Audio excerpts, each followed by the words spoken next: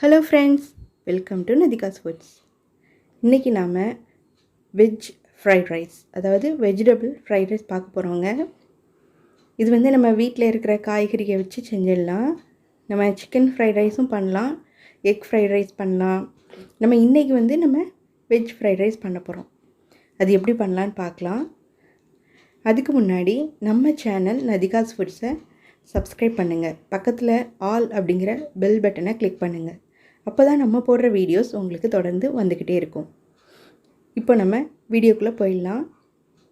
முதல்ல பாஸ்மதி ரைஸ் வந்து வேக வச்சு எடுத்துக்கணும் தனியாக. நான் வந்து 1 கப் ரைஸ் வந்து எடுத்துருக்கிறேன். முதல்ல ஒரு லிட்டருக்கு கொஞ்சம் கூடவே தண்ணி வச்சுருக்கிறேன் ஒரு பாத்திரத்தில். அதில் கொஞ்சமாக உப்பு, கொஞ்சமாக ஆயில் சேர்த்து நல்லா கொதிக்கட்டும்.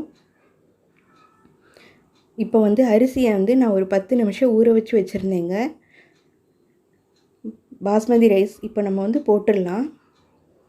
தண்ணி கொதிக்க ஆரம்பிக்க போகிற ஸ்டேஜில் போட்டுட்டோம் நம்ம. இப்போ வந்து இது நல்லா 10 நிமிஷம் நல்லா கொதிக்கட்டும். ரைஸ் வந்து 10 நிமிஷம் குக் ஆனாலே போதுங்க.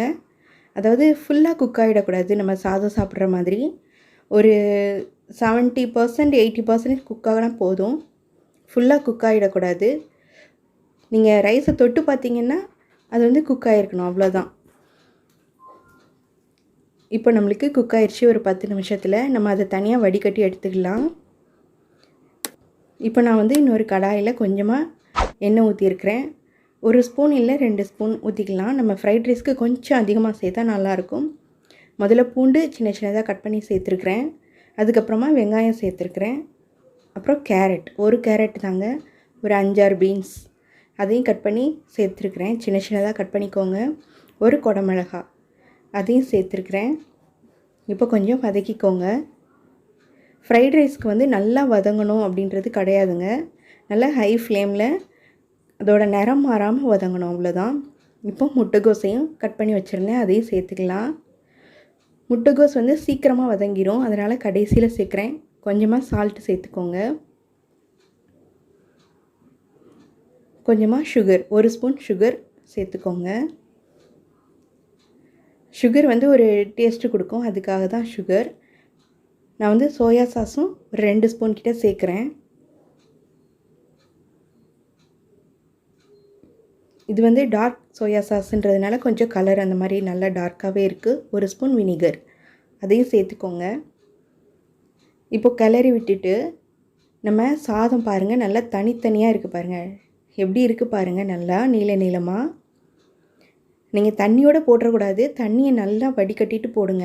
இப்போ நல்லா கிளறி விட்டுருங்க. லாஸ்ட்டில் வந்து ஸ்ப்ரிங் ஆனியன், அதாவது வெங்காயத்தாள் இருக்குது இல்லைங்களா, அதை சேர்த்துக்கோங்க. அப்புறம் மிளகுத்தூள் அதையும் சேர்த்து நல்லா கிளறி விட்டுருங்க. மிளகுத்தூள் வந்து உங்கள் காரத்துக்கு தகுந்த மாதிரி சேர்த்துக்கோங்க. ஏன்னா இதில் மிளகுத்தூள் தான் காரமே கொடுக்கும். பொதுவாக வந்து ஃப்ரைட் ரைஸ்க்கு ஒயிட் பெப்பர் போடுவாங்க. நம்ம வந்து பிளாக் பெப்பர் யூஸ் பண்ணியிருக்கிறோம். நீங்கள் ஒயிட் பெப்பர் இருந்ததுன்னா அந்த ஒயிட் பெப்பரை பவுடர் பண்ணி சேர்த்துக்கலாம். இப்போ எல்லாமே சேர்த்து ஒரு கிளறி விட்டுருங்க. ரொம்ப கிளறிக்கிட்டே இருக்க வேண்டாம். அவ்வளோதான், நம்மளுக்கு ஃப்ரைட் ரைஸ் வந்து ரெடி ஆயிடுச்சு. இதை வந்து நம்ம கெச்சப்போடு சேர்த்து சாப்பிட்டோன்னா ரொம்பவே நல்லாயிருக்கும். கெச்சப் வந்து நம்ம வீட்டிலே செஞ்சது தாங்க இது வந்து நான் டிஸ்கிரிப்ஷனில் கொடுக்குறேன் லிங்க்கு. நீங்கள் வேணும்னா செக் பண்ணிக்கோங்க. இந்த சேனல் உங்களுக்கு பிடிச்சிருக்கும்னு நினைக்கிறேன். லைக் பண்ணுங்கள், ஷேர் பண்ணுங்கள், கமெண்ட் பண்ணுங்கள். சப்ஸ்கிரைப் பண்ண மறந்துடாதீங்க. தேங்க்யூ.